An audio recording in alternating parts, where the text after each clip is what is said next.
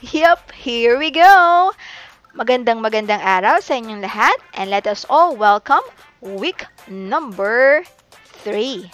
At yes, we will continue working on rational algebraic expressions, but this time around with operations na.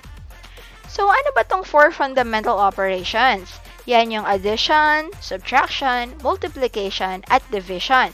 So, basically, yung mga rational expressions natin last week, sila ay ating i-add, isusubtract, i-multiply, at i-divide. Okay, gamit pa rin syempre yung mga math concepts na integers, variables, exponents, polynomials, factors, and of course, fractions. Okay? So, let us proceed. Meron muna tayong mga reminders, okay? When working on fractions or rational algebraic expressions, we must always remember that we could only add or subtract fractions with the same denominator. Dapat pareho.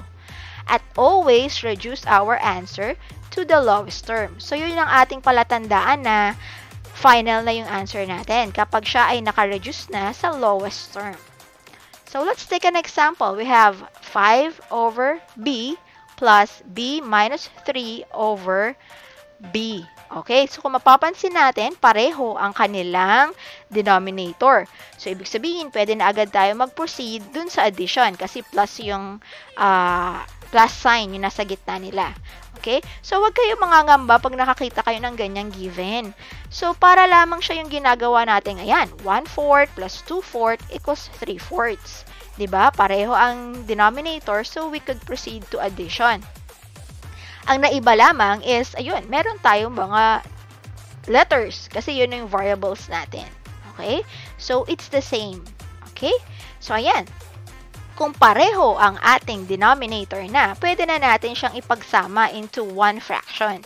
Ayan, mapapansin nyo, di ba? Ginawa ko na siyang, pinag-isa ko na siya, tapos ang denominator natin is b. So, now, we could concentrate dun sa numerator. Iko-combine natin siya. So, i-add natin yung 5, saka yung b minus 3. Okay? So, yun. Yung b copy lang natin kasi wala naman siya kapareho. Then, 5 minus 3 will give us positive 2. So, ayan na siya. b plus 2 over b. So, kahit na meron tayong nakikitang b dun sa numerator at b sa denominator, hindi na po pwedeng i-cancel. Na-mention natin yan during our review, no? Yung ating weekly review last Friday. So, kapag meron kasing plus or minus or binomial siya, yan, may plus or minus in between, hindi po natin siya pwede basta-basta ang i-cancel. Ang pwede lamang if ang operation in between ay multiplication. So, in this case, yan na po ang final answer. Okay. How about this example? This is almost the same. Medyo iniba ko lang. Mapapansin nyo dito, magkaiba ang denominator. So, pag ganyan, hindi tayo agad-agad pwedeng mag-proceed to addition. Instead, di ba naalala nyo during our elementary days, we will look for the LCD o yung tinatawag nating least common denominator. So, ibig sabihin, basically, ang ginagawa natin is naghahanap tayo ng number na pwedeng i-divide pareho yung ating denominator. Okay? So, ang isang technique dyan is we could write down the multiples. O para tayong nag-i-skip count. Kita nyo, sa 4, nag-skip count ako. 4, 8, 12, 16. Okay, ang 12 naman, nag-skip count din ako. 12, 24, 36. Yung pinakauna na naging pareho, kaya nga least, yung pinakaunang naging pareho, which is 12, yun ang gagamitin nating denominator. So, ayan, pinalitan ko siya pareho ng 12. Okay? Ayan. Para makapag-proceed tayo doon sa ating operation. Ayan. So, paano ang gagawin? So, 12 divided by 4, yung ating original na denominator, that is 3. Then, 3 times yung numerator, so 3 times 5b. Okay? Sa kabila, ganun din. 12 divided by 12 times b minus 4. 12 divided by 12 is 1. Kaya pag tinimes natin siya sa b minus 4, it's the same. b minus 4 pa din. Ayan, pwede na tayo ngayon mag-continue sa operation. So, sinulat ko muna siya ulit dito, no? 3 times 5b plus b minus 4. Okay, solve natin siya. So, that will give us 15b. Tapos, dinistribute ko lang yung positive sign, yung positive 1. So, that will give us plus b minus 4. Okay, ayan. So, pwede na tayo mag-combine. Okay, 15b plus b will give us 16b. And then, sulat lang natin yung minus 4 over 12. Again, merong minus in between dun sa ating two terms sa numerator. So, hindi tayo pwede basta-bastang mag-cancel. Instead, ang pwede natin gawin is check baka meron bang common factors. Pwede tayo mag-factor out, which is meron nga. I-factor out natin yung 4. Okay, so pag nilabas natin yung 4, ang matitira sa loob ng parentheses ay 4b minus 1. Sa ilalim din naman, dahil nga sininggle out natin yung 4, tingnan natin kung factor niya rin yung 4.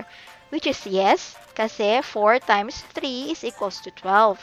Yan, meron na tayong makikitang common.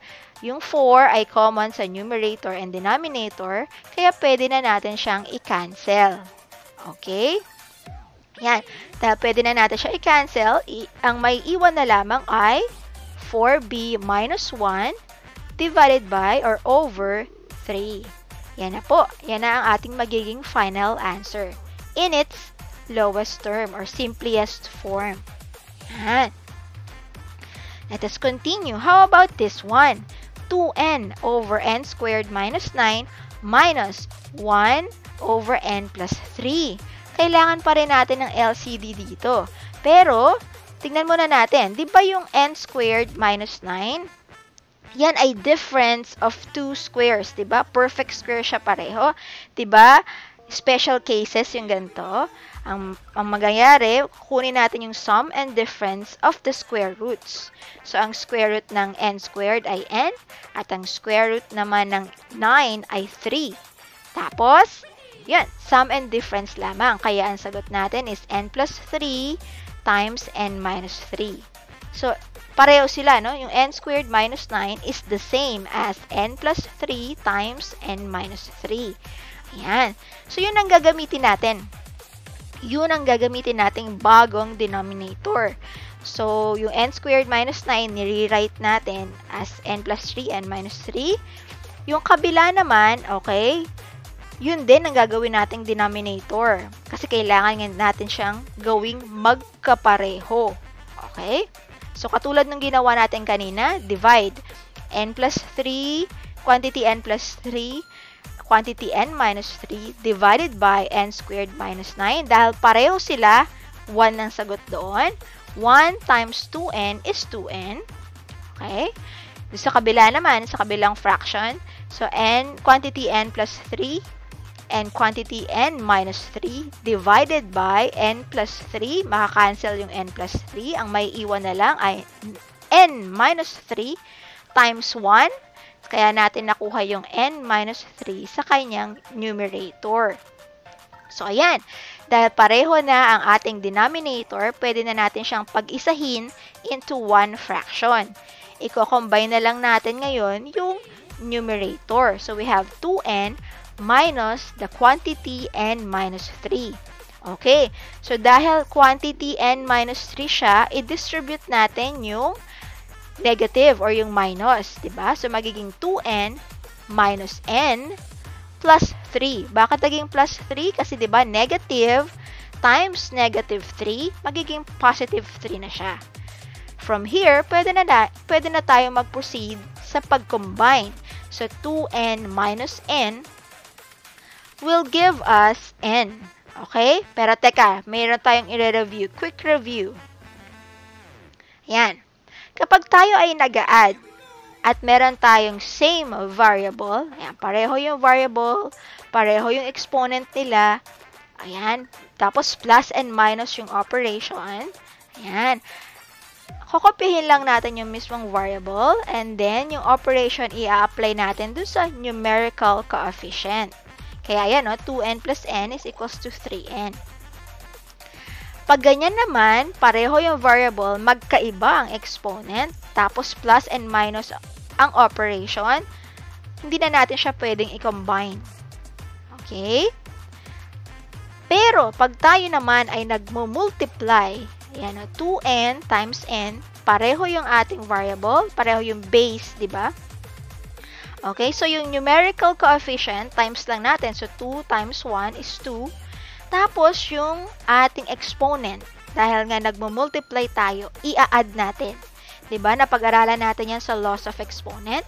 So, ibig sabihin, diba, yung n, merong exponent na 1, kaya, dalawa yung n. So, 1 plus 1 will give us n squared. Ang final answer dyan ay 2n squared. Okay? So, dito, dahil nga 2n minus n, yun lang yung i-combine natin. So, yung numerical coefficient niya, 2 minus 1, will give us 1, kaya magiging n na lang siya. N plus 3. O yan, mapapansin natin, meron na naman tayong common. May common sa numerator at denominator. That is why we can now cancel. At ang matitira ay 1 over n minus 3. Yan po. So, basically, yan po ang ating gagawin kapag ang operation ay addition and subtraction ng ating rational algebraic expressions. So, may star na. Check na yan. So, wait for our next video. Ang i-discuss naman natin is how to multiply and divide RAEs. Okay? So, again, keep safe everyone. See you soon sa ating next video. Bye-bye!